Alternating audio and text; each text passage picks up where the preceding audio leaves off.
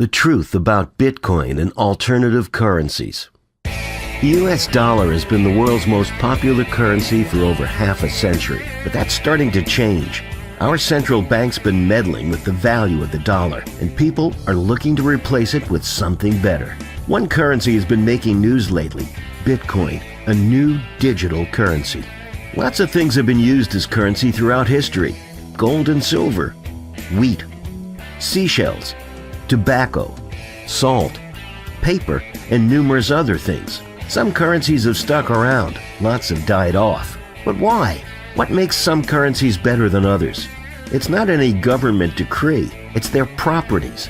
Certain properties are essential to a healthy currency, and if we keep score, the US dollar doesn't look so great, especially in comparison to historical favorites like gold and silver, or to Bitcoin. A sound currency stays valuable over time, has a limited supply, and is easily divisible and portable. If we want to compare currencies head-to-head, we need to understand the importance of these qualities. Imagine that a currency doesn't stay valuable over time. For example, let's say we use bananas as a currency. Well, bananas have a lifespan. They eventually rot. A large store of savings in bananas would eventually turn to mush, and nobody wants to trade rotten fruit with each other. The US dollar doesn't rot, but thanks to the central bank, it's lost about 95% of its purchasing power in the last 100 years.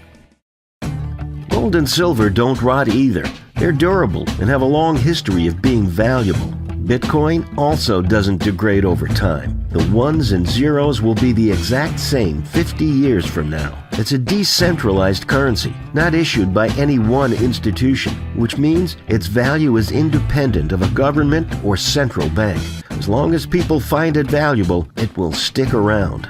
Next, imagine a currency without a limited supply. Let's say we use wooden nickels as a currency. What happens when people start carving their own? If people can easily create more currency for themselves, economic prices become meaningless. Since the 1970s, the US dollar has had anything but a limited supply. The central bank has created trillions of dollars out of thin air, devaluing everybody else's dollars in the process. In contrast, the supply of gold and silver has been relatively constant for the last few millennia. Bitcoin also has a stable supply. In fact, at any given time, we know almost exactly how many exist and at what rate they will be produced in the future. No more than 21 million Bitcoins will ever be created. It's written straight into the code. Counterfeiting might also increase the supply of currency by defrauding people. The only difference between money printing and counterfeiting is who's behind it. The result is the same.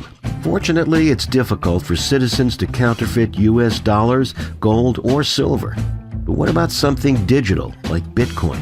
It uses mathematical cryptography and a public ledger called the blockchain to make it impossible to counterfeit. Picture a currency which does not divide easily. What if cows were used as a currency? How would you pay for something like a loaf of bread? A cow is worth much more than one loaf of bread, and it would be very difficult to divide a cow into small enough units to make a fair trade. The dollar divides very easily down to the penny. Gold and silver are a little bit more difficult to divide into small quantities. Bitcoins easily divide down to 100 millionth of a Bitcoin. A sound currency must also be portable. Imagine the difficulty of using cinder blocks as currency. The dollar is easily portable. Gold and silver are less portable, though on a gold standard, people usually carry around paper, which is redeemable in the metals. And Bitcoins can be sent anywhere in the world with internet access instantly, regardless of the size of the transaction, and at almost no cost. So how do these currencies match up against each other? You decide for yourself. We can't know what the best currency is. We discover it over time. But if central banks keep inflating the money supply and people are free to choose, the US dollar likely can't stand toe-to-toe with its competition. To learn more about sound economics, visit fee.org. And to donate Bitcoin, scan this QR code.